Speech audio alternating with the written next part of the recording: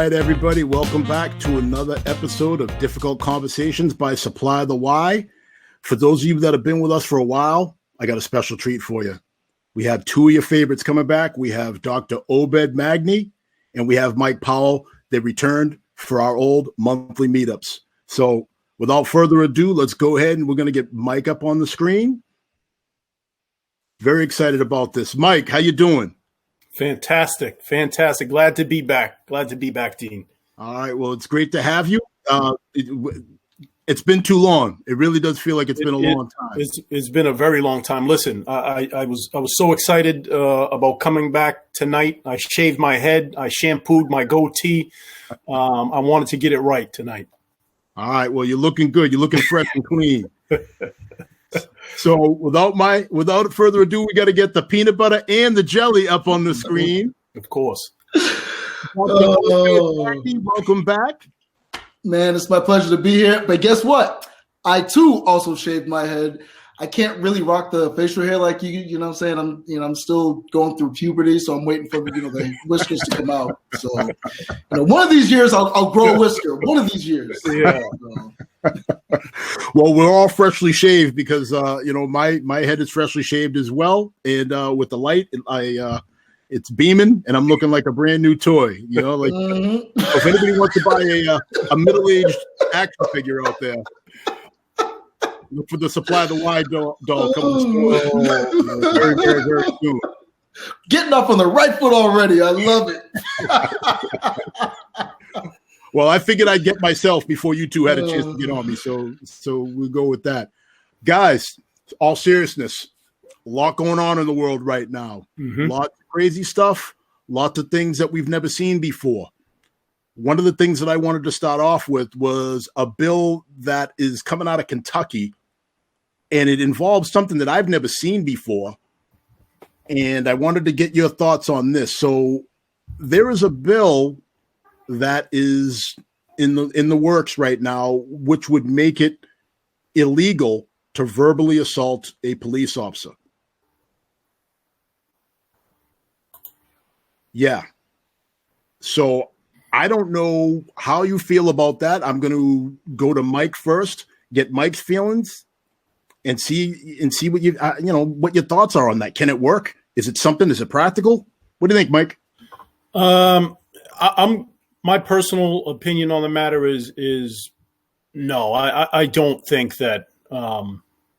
You can try it, but I don't think it'll work. I mean, we're already overfined in this country. I mean, it's hard enough to get folks in and out of the court system for serious crimes, and so now you're adding a fine, a monetary fine up to $250, I believe, as well as 90 days in jail. I just don't think it's the right way to go at this particular time in the country.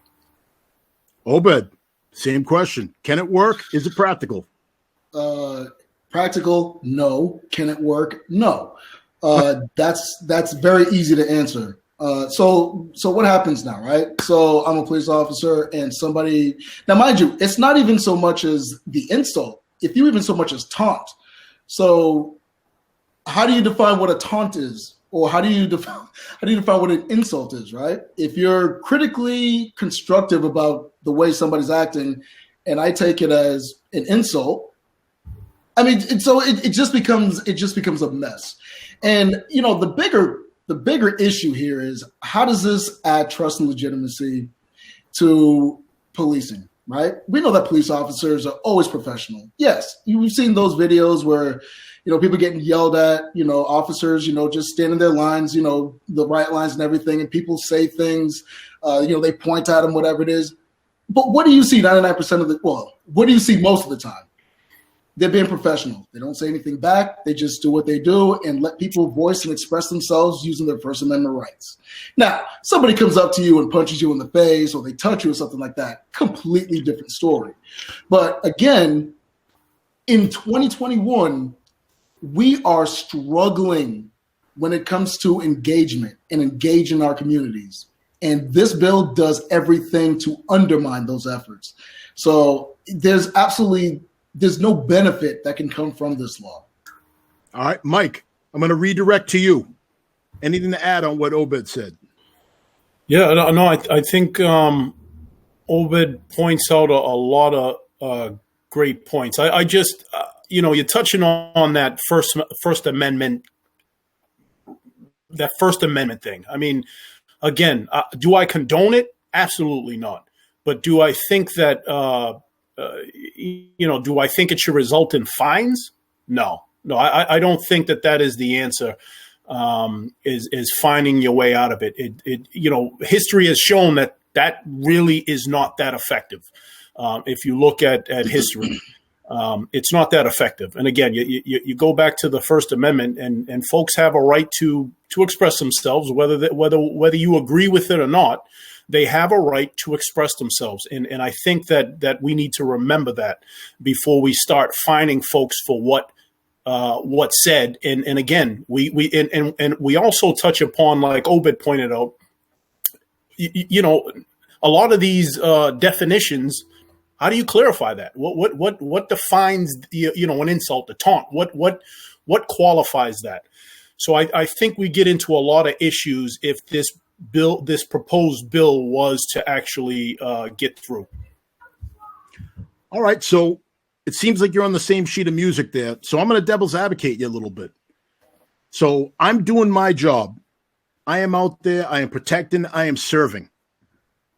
What gives anybody the right to come talk to me and treat me in a way where if I went to their job and did that to them, I might be on the hook for some sort of disorderly or harassment charge? Well, go ahead. Yeah. So, all right. So in the scope of your duties, right? Let's say, I'm out there in the streets. I'm doing whatever it is. I'm contacting a citizen for whatever reason, right? You can't walk up 2 inches from my face and just having a conversation with me, because we all know officer safety is paramount, right? Now, you want to stand across the street or whatever it is and, have your choice words about me or what I'm doing or anything like that. That's absolutely fine. The very quintessential point of being a police officer is being a professional. Could you imagine if you have athletes who deal with worse? Yeah, I'm trying to be the devil's advocate, and you got me agreeing with you. You have athletes who hear worse. You know what I'm saying? And they can't go into the stands and start. Well, I mean, we all know what Ron Artest did a few years ago back, but we can't go out there. We can't do that because we're professionals. We are professionals. So if there's an expectation where we're held to a certain standard, a high standard, we have to demonstrate that high standard. You know what I'm saying? In the face of, somebody says something that's not nice. Okay, as long as you're not compromising my safety or your safety in that interaction, whatever it is, feel free to say whatever your heart desires. All right, so we go right back at you. So you said if they're standing a certain distance away, what is that minimum safe distance, Obed? Is it 5 feet? Is it 1 foot? You said across the street. What defines across the street? So at what point are they crossing the line? Again, I'm just here trying to do my job. I'm doing a car accident. I'm booking a car accident, and I have somebody screaming at me, calling me everything but a child of God. Yeah, if I'm in the does it become too much? If I'm in the scope of my duties, for example, right, and let's say I'm detaining someone, I would argue 20 feet, 15, 20 feet would be a good enough distance. Okay, because again, if you're going to make that point, we got to come up with a reasonable distance. Mike, what about you? What's a reasonable distance? Well, what reasonable, what's the standard for us as in this country? What is it? 6 feet is like a decent talking point for us around, in this country. So I think, I think the bottom line is you have to feel comfortable with your safety, and everybody's perspective is different. So if I may feel comfortable with you standing 4 feet from me. That's me. However, my counterpart or a coworker of mine, they may want 21 feet. So it's the perspective. It's all about perspective and what you perceive, how you perceive that. Are you perceiving it as a threat because somebody's throwing names and I'm going back to Obed where listen, we are held to a higher standard. It's the way that's always been. We're held to a higher standard, and some folks, whether they mean what they say, some folks have a bad day.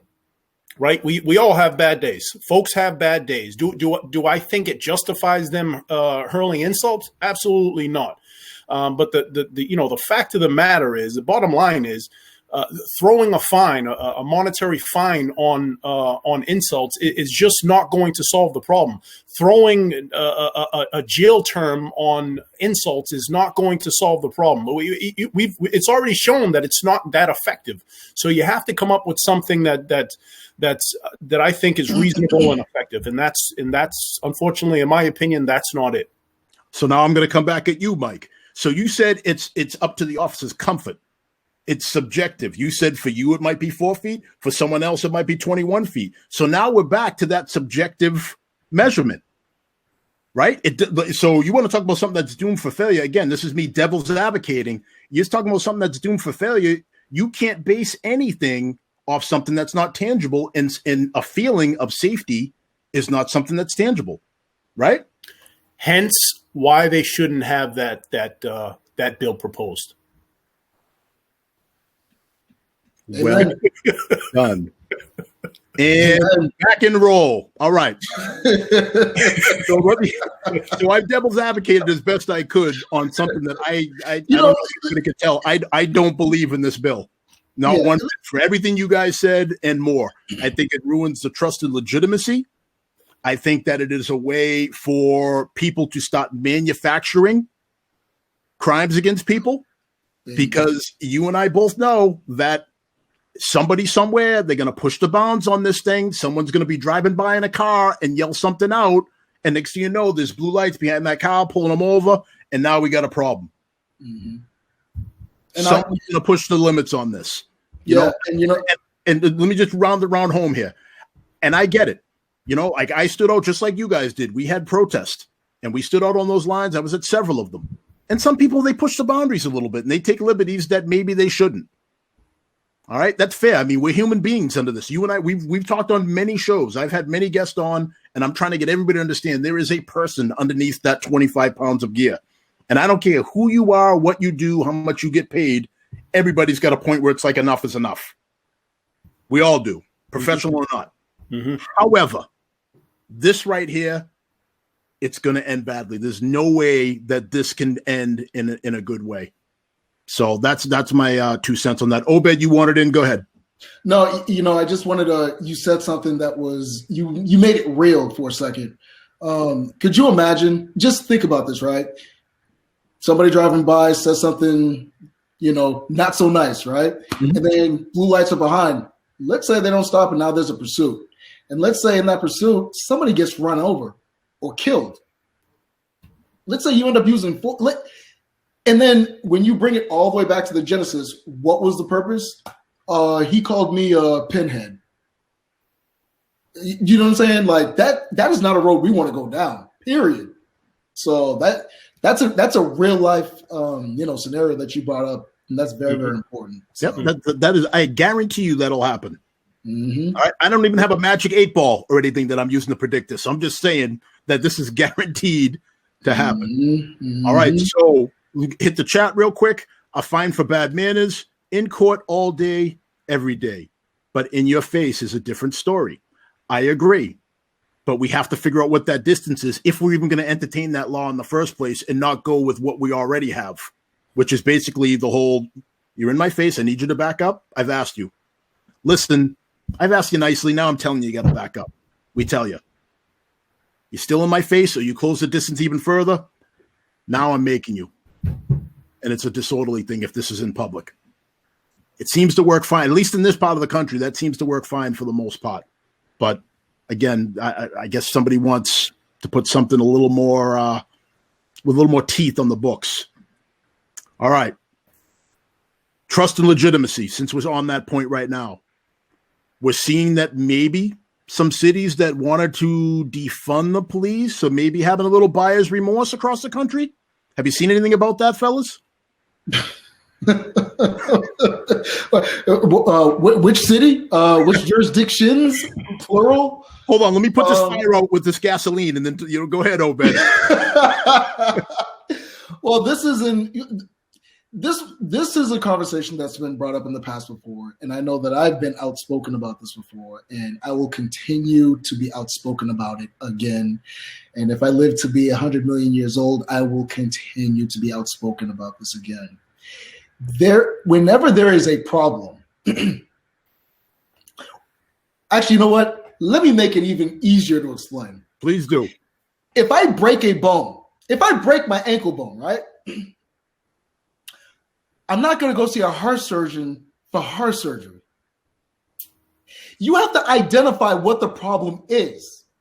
Once you've identified what the problem is, now you've got to comprehensively decide, how do you fix that problem?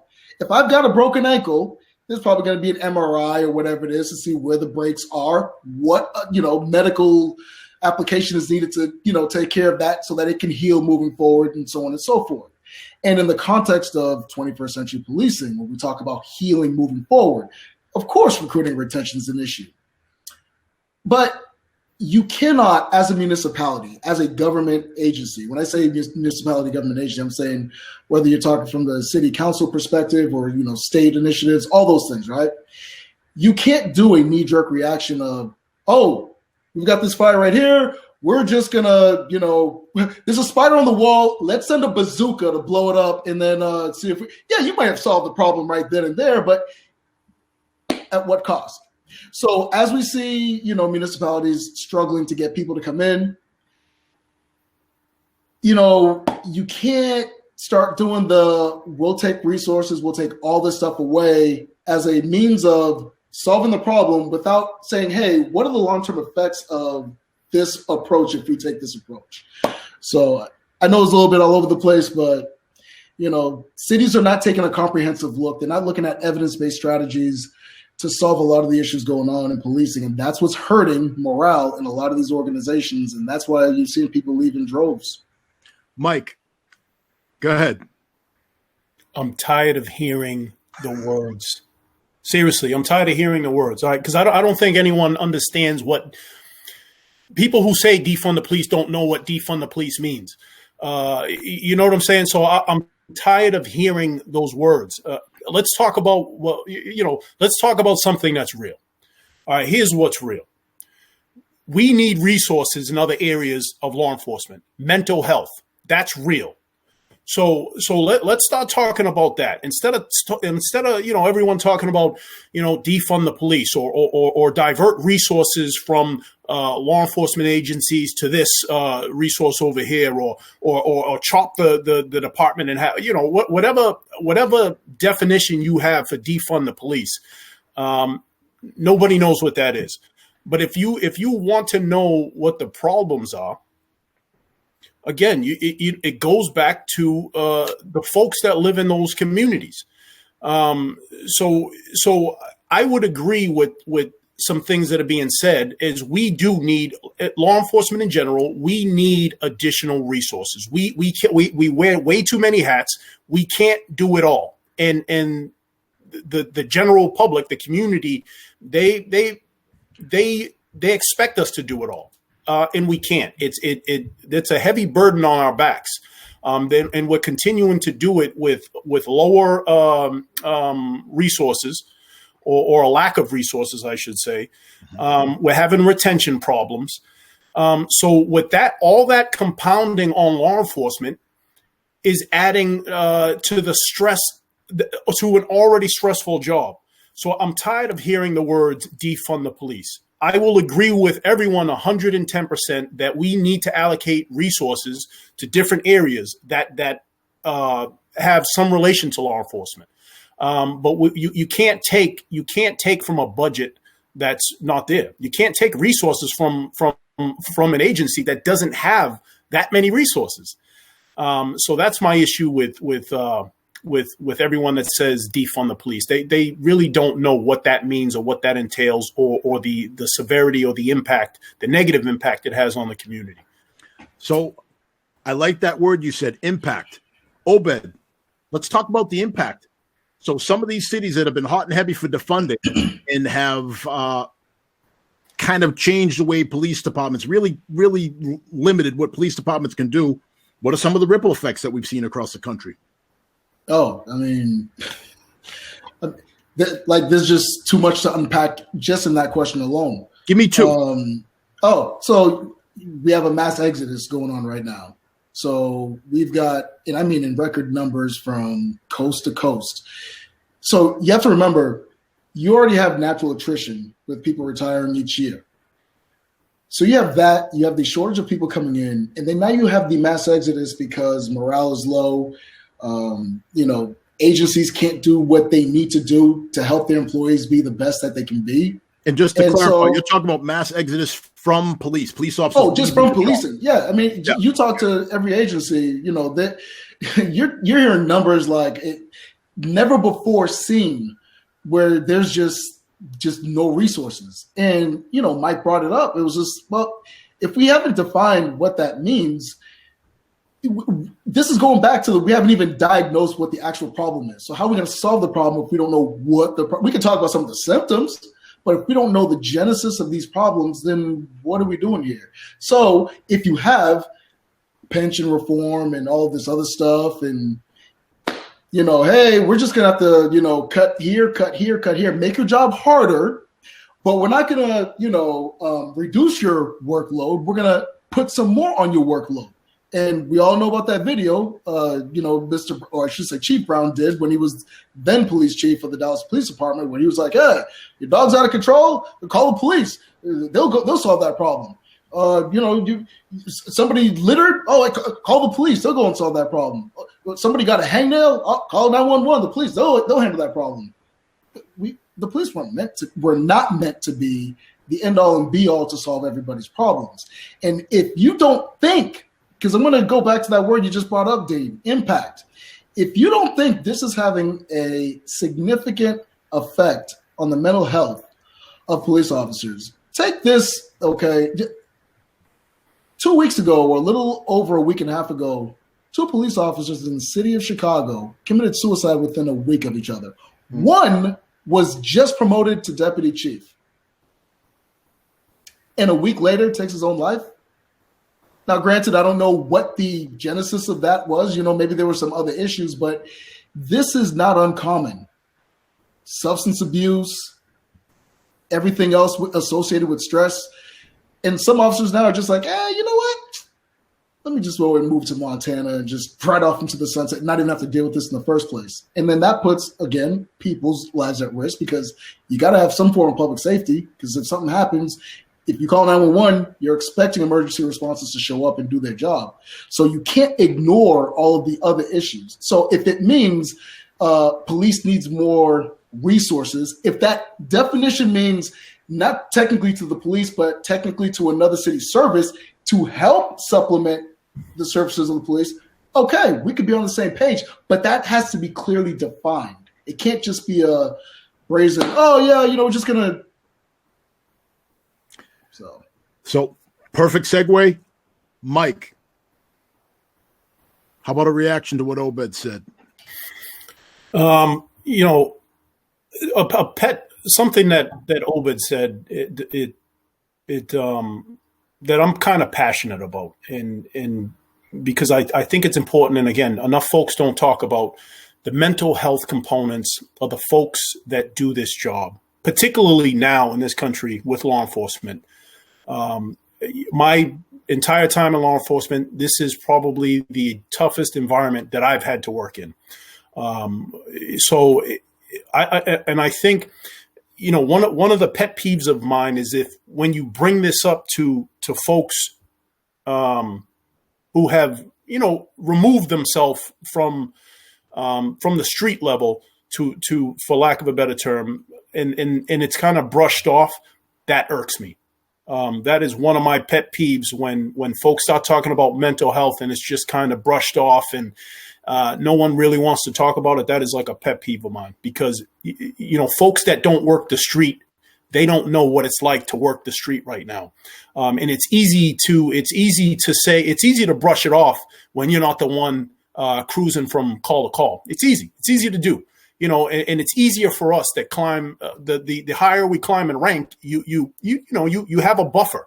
There are certain buffers the higher you go, and so you are removed from that element of law enforcement to where you are bouncing around from call to call.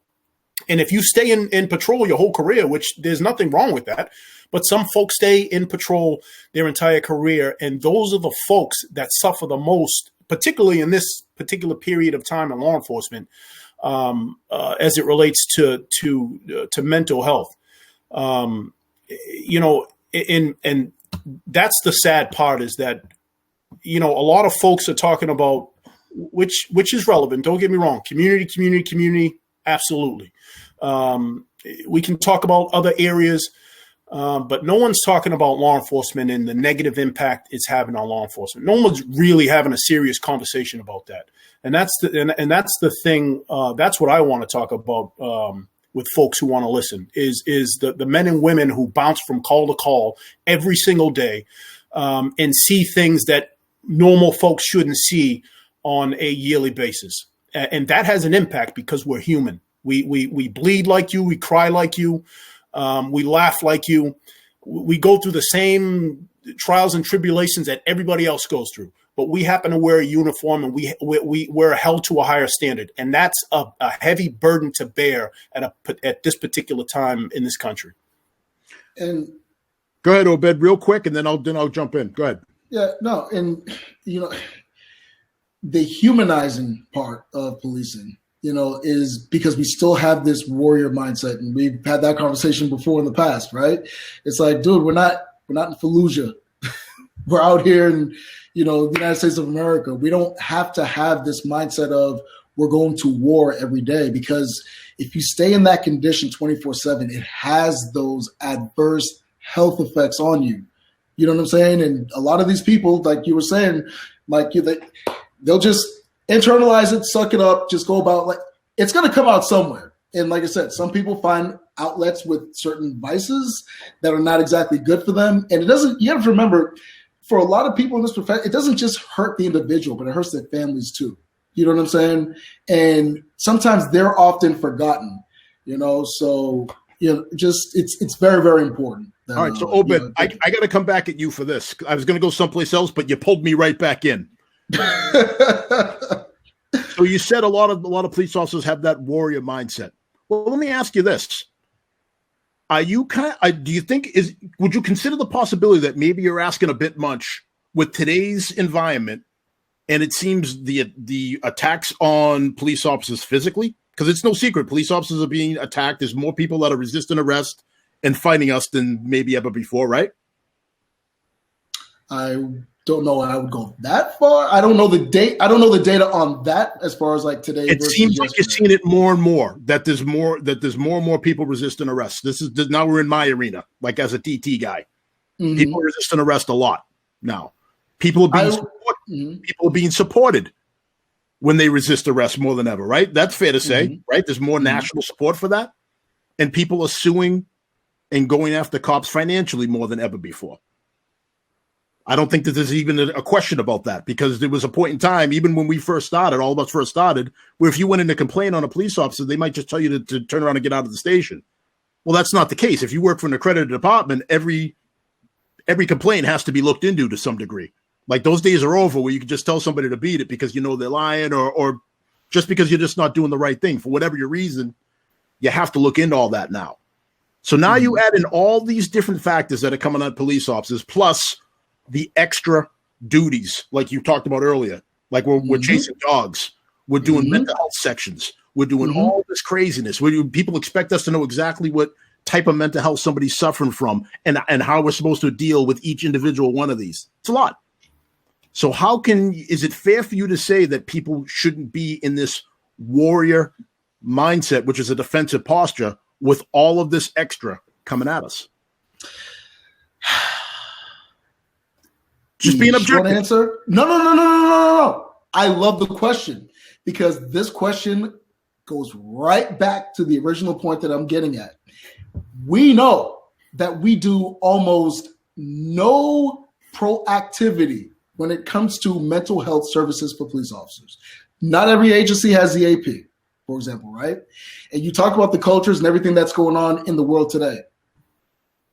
Nurses, doctors, there are other high stress professions where they have, for example, emotional intelligence type training, where their employees handle this stress with dignity, respect, and without putting harm or harming other people or undermining other people or disrespecting other people. Nobody's saying that, police officers are infallible, like they can't, have a bad day or this, that, and the third. But I'm going to bring it back again to Viktor Frankl's book, Man's Search for Meaning, right? Life is 10% what happens to you, 90% how you react to it. I can't control what the media is saying. I can't control what somebody across the street thinks of me. I can't control, maybe a group of people here saying, oh, pig this or, sell out that. I can't control that. The only thing I can control is how I react in those situations. And if we have that kind of training, if we have that kind of being out in front in this stuff, because these aren't conversations that are taking place internally. The conversations are usually something like, hey, be mindful, we don't want to get sued, as opposed to, hey, this is a mental health thing to keep you healthy, not just for today, but for the future. All right, I got to bounce to Mike on this. All right, so I'm going to ask Mike the question I was going to ask you in response to this. So, Obed, you mentioned that other professions are having this emotional intelligence training. So I'm going to ask Mike, so do you know of any other profession that are having this mental health training? And Obed mentioned that there were people that are going through what we're going through, but they're handling it with differently. I would say that the difference is those other people know that at the end of the day, they can call us and we're going to handle it ultimately. So is it the same? Are you comparing apples to apples here? Because who do we call? If we wanted to handle things with dignity and things get out of control, who do we call? We call for backup. So, Mike, anything to add to that? There is no other job quite like law enforcement. We have the best seat to the greatest show in the world. But when it's bad, it's bad, and when it's good, it's good. But here's my thought on that. And I'll agree with Obed to a certain extent, is I think that, we should go into to our communities with a guardian mindset. We should go into the communities with a guardian mindset, because we can't go into our communities regardless of the dangers that we face. And again, there's a very small percent of folks that will actually harm us. A lot of folks that we deal with, they have bad days. Like, we happen to catch them on their worst day. But a lot of folks are good people. We just happen to interact with them on one of their worst days. So not everyone that we interact with or that's going through a crisis is a bad person. They just happen to have a bad day. And it's a very smaller percentage of folks in communities that are like that. Most folks you interact with, just good, regular folks from the community. So I think that you have to have that guardian mindset when you interact with the community. Now, other communities across the country, it may be a totally different atmosphere, because some communities historically have had a huge problem between law enforcement and the communities that they serve. Historically, there's been tension. But generally speaking, in a lot of the communities across the country, to go into to communities with a warrior mindset, I think it's you're setting yourself up for failure to a certain extent, because if when you go in already with that mindset, I think you fail to try to be on the same level as folks in the community. And that's why I say you have to go in with that guardian mindset. You have to go into the community like you're one of the people from that particular community. And then you also have to pay attention that when those antennas start going up, you have to be able to transition. That's the important part of that warrior guardian, that warrior mindset and the guardian mindset. So is it fair to say you have to have both? Because the way I see it is, I don't like the either or conversation. I don't like either or. I think that you have to have a blend of both, and you got to know how to transition between the two. But if you're just a guardian and it's time to be a warrior and you don't know how to be a warrior, guess what? You're going to be in a whole heap of trouble when you run into the wrong person on the wrong day. Agreed. And conversely, if you're a warrior only, like Obed's saying, you're also going to run into trouble if you run into the wrong person on the wrong day and they turn around and they film you and report you. You're going to be in all kinds of trouble that way too. So you have to be able, you have that toggle switch. You got to be able to bounce back and forth between the two. Let me hit the chat. So let me hit the chat here. So Ed says, we need to understand that our warrior mindset is a response to not having the ability or opportunity to resolve conflict by any means. That's perfectly stated. Mm-hmm. So we can talk about this till we're blue in the face. At the end of the day, gentlemen, who decides if force is used? It's not us. The people we're dealing with decide if force to use in 99% of all encounters. If we could just walk around and just our mere presence and just simply tell people, hey, stop what you're doing, go on your way, or hey, turn around, you're under arrest, and we could just cuff people and that would be the end of it, I think that we could all agree that we'd have a lot less use of the force across the country. But that's not the case, especially not nowadays. People are resisting arrest at more than ever before. So they're kind of dictating where these things go. Yep. Oh. All right. So there's more here too. So I'm going to go back to a little bit ago. So Matt says, first of all, he says, great to see everybody on the show. It's a great discussion, and where police officers are human beings. He remembers a story. Matt is on the job, obviously. He remembers a story being told by a civilian that they didn't know that police officers ate food. It's hard not to laugh at that. The reality of what defund the police does on a community is it's obviously, I think he got cut off there, but he hopes that more people are listening to the show. It's very informative. So again, there's, that I think the main point that Matt was trying to make, that there's people that don't realize that we have human needs, desires, wants, just like anybody else. Mm-hmm. So that makes it a little more difficult. All right. That was a good back and forth there, fellas. I got to say that was, that was something. So moving on from there, trust and legitimacy. What do we do? How do we increase it? And how do we get people to meet us halfway? Mike, what are your thoughts? Man, that is a tough question, because that's what we're trying to get to now. And again, we'll take several steps forward and then a few steps back. So I think that's the tough thing for law enforcement in this country right now is to really define or show folks what trust and legitimacy means to the communities. And I think that's different for every community. So there's going to be tweaks everywhere you go throughout the country.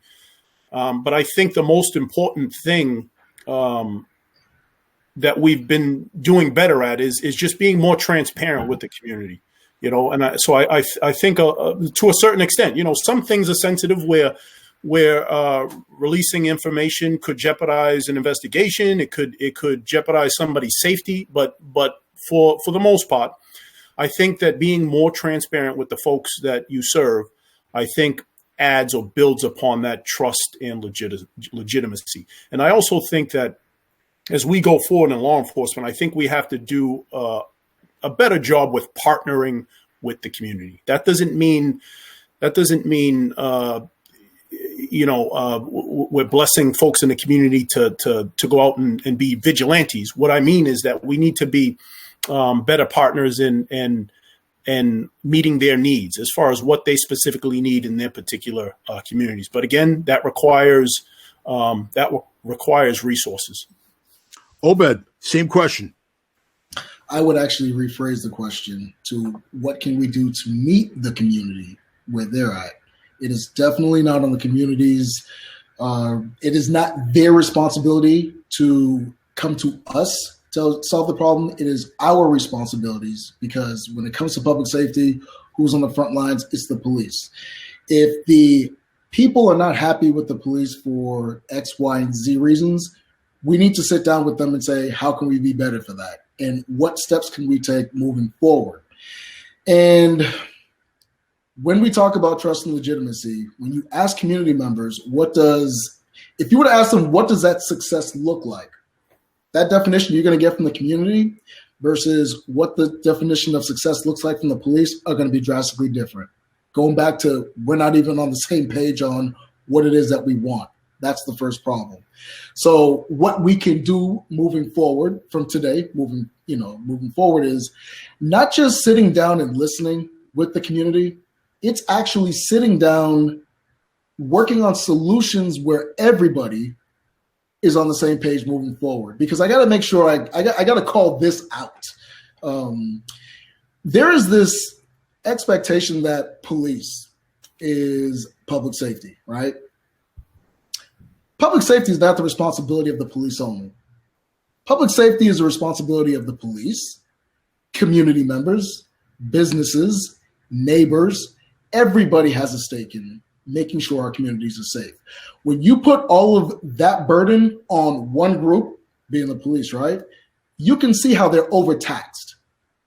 Now, when everybody has ownership in being a problem solver and making sure that communities are safe, everybody has a stake in making sure that we do what we can to keep our respective communities safe.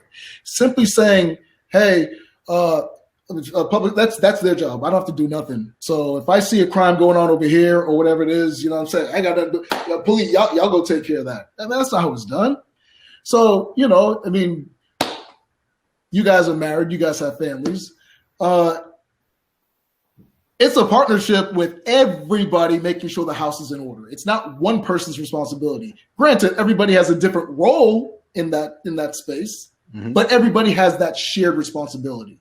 With that shared responsibility, you'll get better results. All right. So now I got to come back to you on that. I see Mike's catching a Holy Ghost over there. He agrees with you. So here's my response to that, Obed, and I want you to consider this. So my response to that is this. See, at the beginning, you said it is up to us to go to the community, right? Yes. But then towards the end, you said it can't just be the police. It has to be a partnership. So at the end, you kind of brought it back to what I was saying from the beginning. The community does have to meet us in the middle. And I'll tell you why. Because first of all, they have to meet us in the middle because they have to be willing to hear what is realistic or not. Because if you are just talking about going to the public and trying to just listen to them and meeting their expectations without them willing to meet you in the middle, you know what happens? You end up with places like Portland and Seattle. You end up with people that think that you can shoot a subject that's running in the hand and shoot a gun at it, because that's what a lot of people's perception is. So there has to be some reality there where they are at least willing to have a conversation and be educated on what is realistic and what is doable. All right. We can't just go and just get a wish list from the public, just like the public just can't come to the police department and get a wish list from us. It is both people have to meet in the middle. It's not as simple as one group just listening to the other and figuring out how to get this done. Again, that's just my opinion, but maybe the semantics got caught up. What I'm saying is, from this side of the fence, if I know that somebody's got an issue with me, I'm not going to wait for them to come to me. I'm going to make that first step to come and meet them. The point is that we have to meet in the middle. But if we do the stalemate of, no, you go first. No, you go first. Well, we're not going to get anything done. So I would rather we take that leadership role and we take that first step. It doesn't mean we're wrong or that, you know what I'm saying, that, you know, they're right or whatever it is. It's, you know, at some point you got to remember, leadership is uncomfortable. And, you know, you have this great show called Difficult Conversations. And everybody keeps thinking that, you know, when we talk about reform and everything moving forward, like, this is easy. This is messy. Anybody who tells you that we're going to solve a lot of these problems by just coming up with one or two bullet points and then a couple trainings, they're lying to you, okay? The healing process, we're still talking about the generational trauma from slavery from over 400 years ago, redlining, Jim Crow, policing from slave patrol. You know what I'm saying? There is a lot of healing that needs to take place, but a lot of that is accountability too. Yes, accountability from us on the policing side, accountability from the community side. Those are going to be some, and I'm not trying to steal your your title here, but there is going to be a lot of serious, difficult conversations. But just like working out in the gym or training for a triathlon, yeah, day 1, day 2, those days are going to suck. But guess what? 60, day 70, you're going to be much better for it. Everybody's going to be much better for it. But so you have to embrace that suck. So I'm going to respond real quick, then I'm going to go to Mike on this next point. The point I'm making is this. In order to have a difficult conversation, you need one thing. You need 2 willing parties. Mm-hmm. If you don't have 2 willing parties, there is no conversation. If you don't have 2 willing parties, there is no de-escalation. All right? None of that can take place unless you have 2 people that are willing to take part in that process. It is a carefully orchestrated dance. All right, moving on from there. Mike. Yes, sir. All right, so Robert says doctors kill way more people each year than police officers. Very little accountability. Very few MDs lose their job or you lose their license. So clearly the point here is it seems like there's that double standard again. Because again, yes, we're held to a higher standard. All right, we all agree to that. We're all okay with that, right? Mm-hmm. There is a certain amount of trust that people are supposed to have in their police department. We're all on board with that, yes? Yep. Aren't those 2 things that also apply to doctors? Aren't they held to a higher standard? Absolutely. Aren't we supposed to be able to trust our medical professionals? Yep. So why is there such a discrepancy with this? Why is it that we're held up here and doctors aren't held anywhere near? And again, this is no disrespect to any of my friends out there that are doctors, but I don't think anybody can deny that there's a completely different standard out there. So why is it, Mike, that the standards seem to be so different, even though people want the same things from both doctors and police officers? You couldn't give that to the doctor? Nope. Come on, why are you trying to start trouble, Mike? Always trying to start something. That's a tough question, but I think if I had to answer that, right, mm-hmm. Here's my perspective on that, and I'm going back to some of the things that Obed pointed out a little earlier was. Law enforcement has an ugly past, and don't get me wrong. There are a lot of professions out there that have have an ugly history, but right now in this country, law enforcement is it. We're it. So, and a lot of people are getting attached, emotionally attached to what has gone on. A lot of things that have gone on in the past, and I mean. Way in the past, and they're bringing that up to the forefront of law enforcement now, and we're 2 totally different times in history. So if you read some of the things that law enforcement was used for back in the day, ugly. It's no longer that way. But I think that some folks are still bringing that emotional charge into the conversation and into that profession, and they're attaching that stigma to law enforcement today, and that's why, not that we're held to a higher standard. That's why our standard is different. Doctors are held to a higher standard.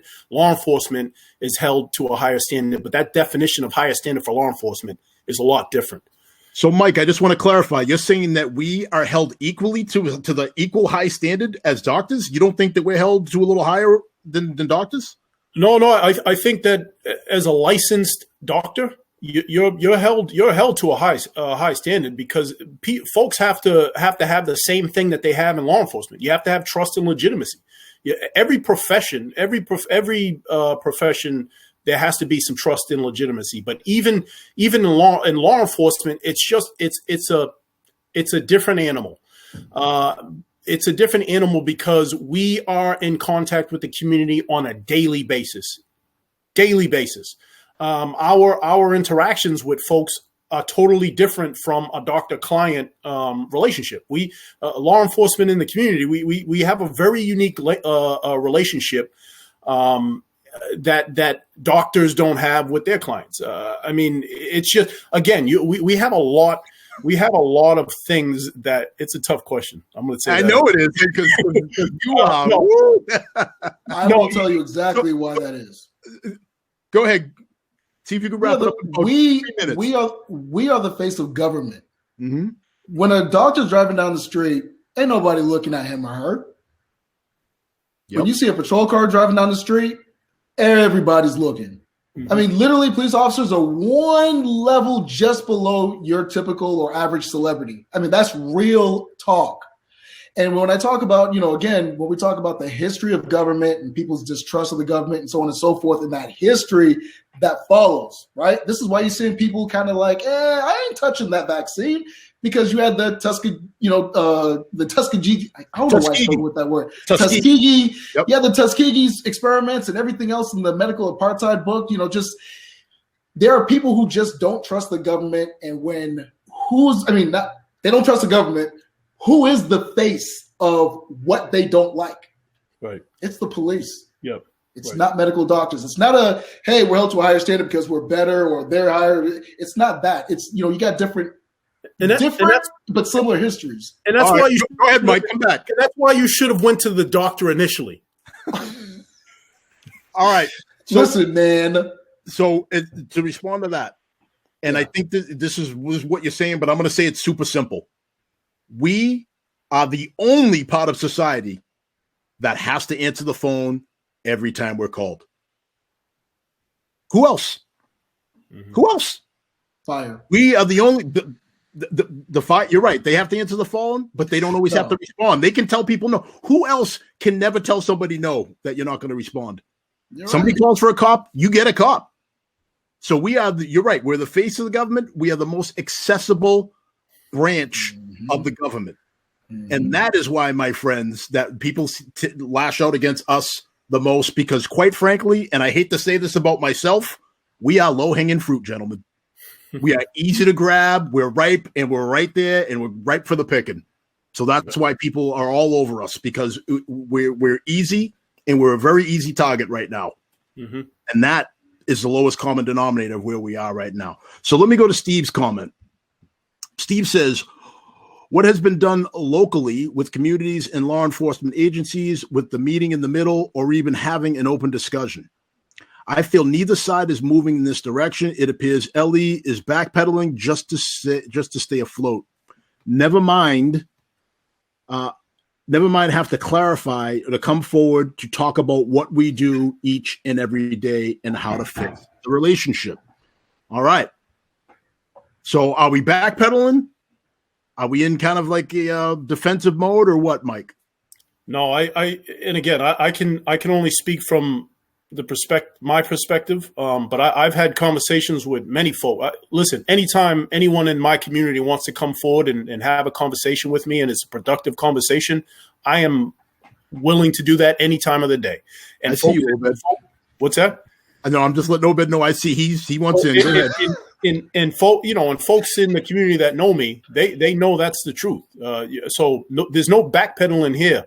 I'm sorry that you feel that way. And again, I can only base this off of my perspective, but in no way, shape, or form am I backpedaling. Any conversation that has been brought to my doorstep, I'm willing to listen and see where we can meet in the middle. And Mike, I got to jump in to clarify. He's not saying you like Mike Powell backpedaling. He's talking about law enforcement in general. Right. Because you have to admit, you aren't the average cop. Like, you don't see things the way the average cop does.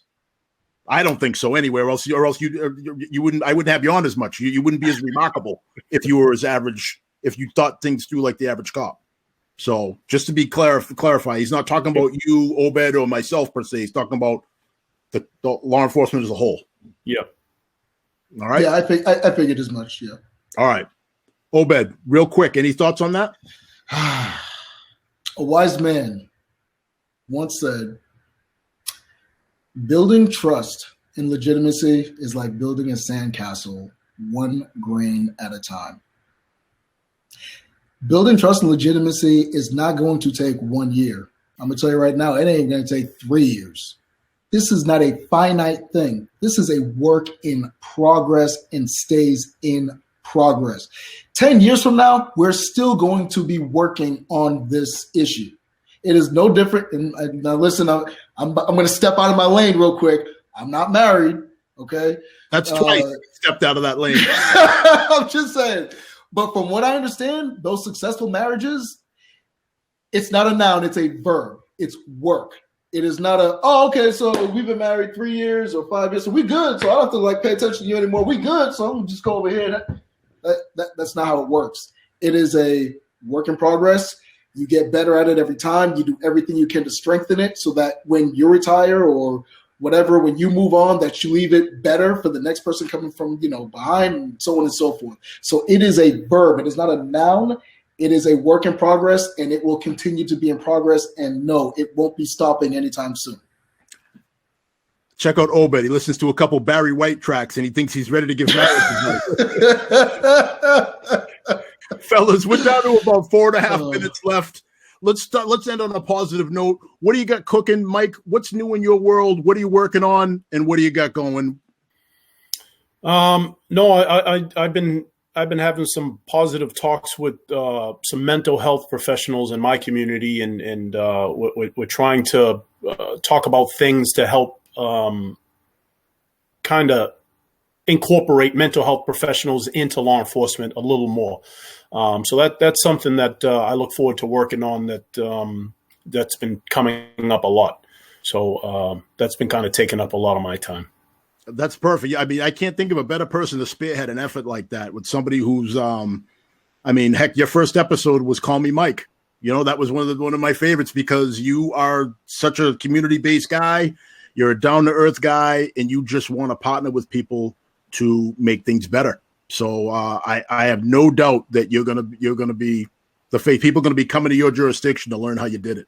So kudos to you. If there's anything we can do to help you with that, please don't hesitate to reach out. Obed, what do you got going on? Yeah, same thing. Just working with a lot of organizations in various factions, trying to make evidence-based policing, a mainstream thing, but also with emotional intelligence training. As you know, here in California, we're like, hey, this has got to be a mandatory thing moving forward. Not just for community police relations, but it's also important that for the good people that work in policing who are just stressed out about all of these things, there's got to be that outlet or that, that release or those evidence-based strategies to help them cope with a lot of the stuff that's going on, and, helping organizations be more efficient so that, they can be more innovative in being better at providing services for their, communities that they serve. And I'm going to be speaking to a group of judges and attorneys in about a week about DEI, the intersectionality of DEI, emotional intelligence, community engagement, all that kind of stuff. So, all right. So I'm going to talk in normal talk because you forget that we're not all doctors here throwing out all these acronyms. So DEI is diversity. Diversity, right. Equality, equity, and inclusion, which is something that obviously we do a ton of here at Supply the Wire. That is one of our major trainings that we offer. But for those of you out there that don't understand all the doctor talk, that's what he meant. You see, I consider you guys like peers. Of course, it would happen like that. It's not just us. There's people out there in Cyberland watching too. Mm-hmm. Mike, go ahead. You wanted to get in something real quick? We're up against it.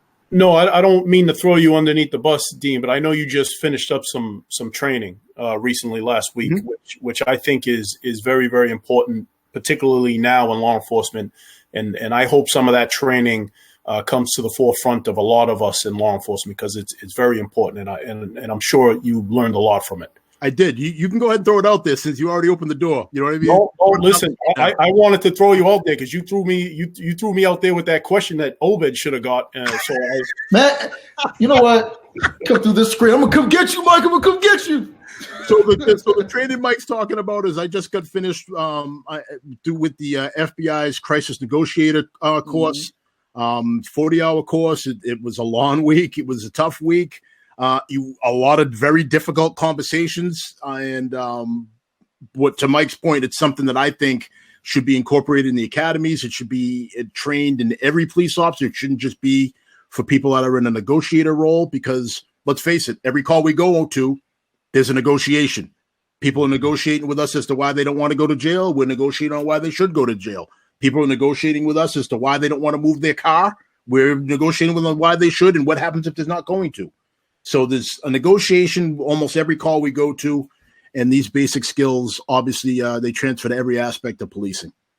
Fellas, that's it. It's been an hour. I know. So I just want to thank you guys. Dr. Magny, Mike Powell, thank you guys so much. It's always amazing having these conversations with you guys. And I admit, this was a tough one. This was not an easy one. And that's why I chose you guys for this assignment, because this couldn't just be anybody up here having this conversation. So kudos to you guys for being the right people at the right time. All right. So, folks, that's it for this week. Thanks again for tuning in. Come back next Monday night for another great show. If you like it, please like, share, subscribe, tune in to all of our different channels, and pass the word. We're just getting started. All right, everybody, good night. Be well. And as always, remember, #supply the why.